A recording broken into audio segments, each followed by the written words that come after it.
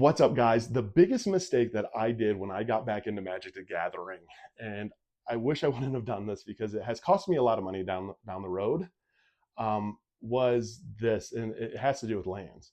If you're new here, my name is Eric. I go by Sobermtg. I'm a sober dude, sober from alcohol and cocaine. I share a lot about Magic the Gathering. I got back into Magic right around 2022 is when I got back into Magic. And the one thing now that I will not trade or sell are these right here. And no, not surge foil lands, not any of that, but dual lands. And it doesn't matter what kind of dual land it is. Any kind of dual lands, especially, I will not trade or sell. And here is why. A good example of fetch lands. I have a lot of fetch lands. A lot of my decks have fetch lands in it. When it is a true like dual land, so instead of just saying land here, it will say, island and swamp or whatever, so that I can fetch those. So it's not only is it an island and a swamp, it benefits all cards that benefit with a land type, along with fetch lands. Those to me are the most valuable, and I don't sell and I don't trade them, because whenever you're constantly building decks, you'll find that that is usually the one card that you are missing or you're behind that you need. And when I got into Magic back in 2022, I hadn't played since like 2002. In 2002, there was no commander. It was standard. I'm looking at these fetch lands. I'm like, these cards suck. They're worth like 15, 20 bucks or whatever. So I'm selling them for like Modern Horizons 3 and stuff like that. Cause like, why? Why do I need those? Yeah, I shouldn't have sold all those.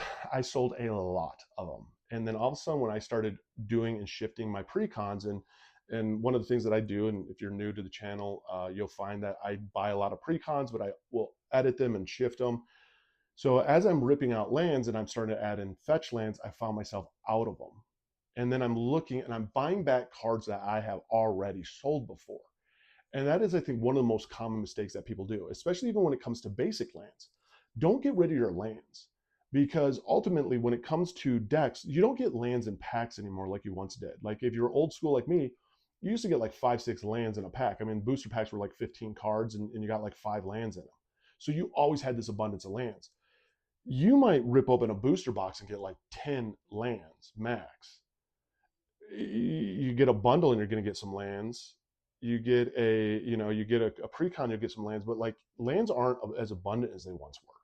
So lands do have this weird value to them now. And so one of the big things I will say is make sure that you hold on to them, because if you do like to build a lot of decks, you like to make a lot of decks, you're going to find yourself at a certain point with a shortage of lands. And it is one, I think, those common mistakes that we'll trade off. And especially if you don't see the value in lands, because let's face it, especially when we're new, you're looking at like creature type and powers and some of these cool enchantments even and landfall cards, that you're not paying attention to how important your land base is. And so it's so often overlooked. And it's not until later on, after you've gotten your ass handed to you a few times and you realize that you have a weak land base, you need some fetch lands, you need some upgraded lands, that you realize how many of these you got rid of.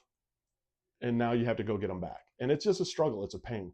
This can save you lots of headaches when it comes to playing, is keeping your lands. Don't get rid of them. Trust me, trade anything else you want, but hold on to as many lands as you can, because it makes a huge difference later on. And I'm curious of what your experience is with this. Comment down below, hit the like and follow button. I'd love to know what your experience is, because just the more that we share and educate on this, I think the more that it can help certain players. Because let's face it, as much as some of us even hate Universes Beyond, a lot of people are getting back into Magic, and I think it's important for everybody to have a fun experience. Whether you don't like Universes Beyond or whatever, or how prices are, or all the new players, whatever, I think it's good for Magic. Magic is fun. Everyone should have fun with this.